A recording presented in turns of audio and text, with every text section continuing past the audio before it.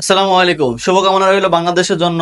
কালকে আমাদের ঈদের দিন, আর ঈদের দিন সকালবেলা বাংলাদেশের খেলা, বাংলাদেশ 5:30 বাংলাদেশ বনাম নেপালের খেলা। আমরা অবশ্যই আশা করি বাংলাদেশ জিতবে এবং বাংলাদেশের সে অ্যাবিলিটি আছে জেতার মতো, এবং নেপালের বিরুদ্ধে আমরা অবশ্যই জিতবো, কারণ আমাদের ফেস বিভাগ ভালো, স্পিন বিভাগ ভালো, আমাদের হার্ড হিটার ব্যাটসম্যান আছে, আমাদের ওপেনিং জুটি আছে, এবং আমাদের মিডল অর্ডার আছে এবং ফিনিশার আছে। আমাদের রিশাদ রহমান আছে, আমাদের মুস্তাফিজ, তাসকিন, শরীফুল, তারপর তানজিব হাসান, সাকিব আছে। আমরা অবশ্যই আশাবাদী কালকে আমরা জিতবো, এবং আমরা জিতার মাধ্যমে গ্রুপ পর্বে আমরা সেকেন্ড হয়ে আমরা অলরেডি আমরা সুপার 8-এ চলে গেছি আলহামদুলিল্লাহ। এবং বাংলাদেশের অক্লান্ত পরিশ্রমের মাধ্যমে আমরা সুপার 8 চলে গেছি, এবং আমরা সর্বশেষ গ্রুপ পর্বে যে ম্যাচটা নেপালের সাথে, সেটা আমরা অবশ্যই জিতবো।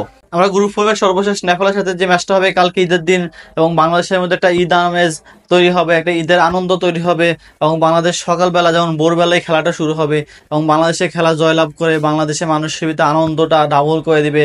এবং আমাদের ঈদ আনন্দর পাশাপাশি আমাদের খেলার যে একটা আমেজ তৈরি হয়, বাংলাদেশ মানুষ ক্রিকেট পাগল এবং বাংলাদেশ মানুষ ক্রিকেট লাভার, আর অবশ্যই সকালবেলা ক্রিকেট খেলা দেখে এবং ক্রিকেট একটা জয়লাভ করে আমরা বলা আনন্দিত হব, এবং বাংলাদেশের মানুষ অনেক খুশি হবে।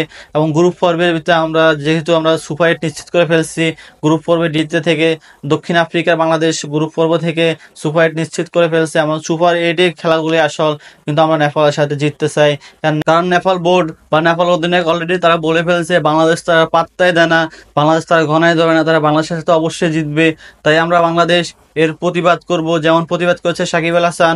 ইন্ডিয়ার একজন খেলোয়াড়, প্রাক্তন খেলোয়াড় বলেছিল যে সাকিব আল হাসানের বয়স হয়ে গেছে, তাকে এখনই বুঝতে হবে। কিন্তু সাকিব আল হাসান পরের দিন আয়ারল্যান্ডের সাথে জোশ একটা খেলা খেলে 64 রান নিয়ে সে দেখিয়ে দিয়েছে সাকিব আল হাসান সেরা, এবং সাকিব আল হাসান এখনও সেরা। তেমনিভাবে আমরা বাংলাদেশ দেখিয়ে দিতে চাই নেপালের কাছে আমরাও সেরা, এবং পৃথিবীর মধ্যে আমরাও সেরা। আমরা নেপালের সাথে ম্যাচটা জয়লাভ করে অবশ্যই আমরা তাদের মুখের উত্তর দিব, তাদের প্রতিবাদ দিব আমাদের ক্রিকেট কণ্ঠে, ক্রিকেট মাঠে ইনশাল্লাহ।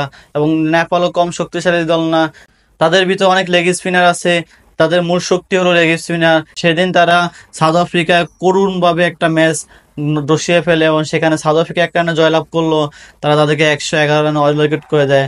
সেখানে বাংলাদেশ লেগ স্পিনারকে ভয় পায়, এবং বাংলাদেশ লেগ স্পিনের অনেক দুর্বল। তাই আমি আশা করি বাংলাদেশ অবশ্যই জয়লাভ করবে, এবং বাংলাদেশ জয়লাভ করে ঈদ আনন্দকে ডাবল করে তুলবে, এবং বাংলাদেশের ক্রিকেট পাগলদের মন জয় করে নেবে ইনশাল্লাহ। আসসালামু আলাইকুম।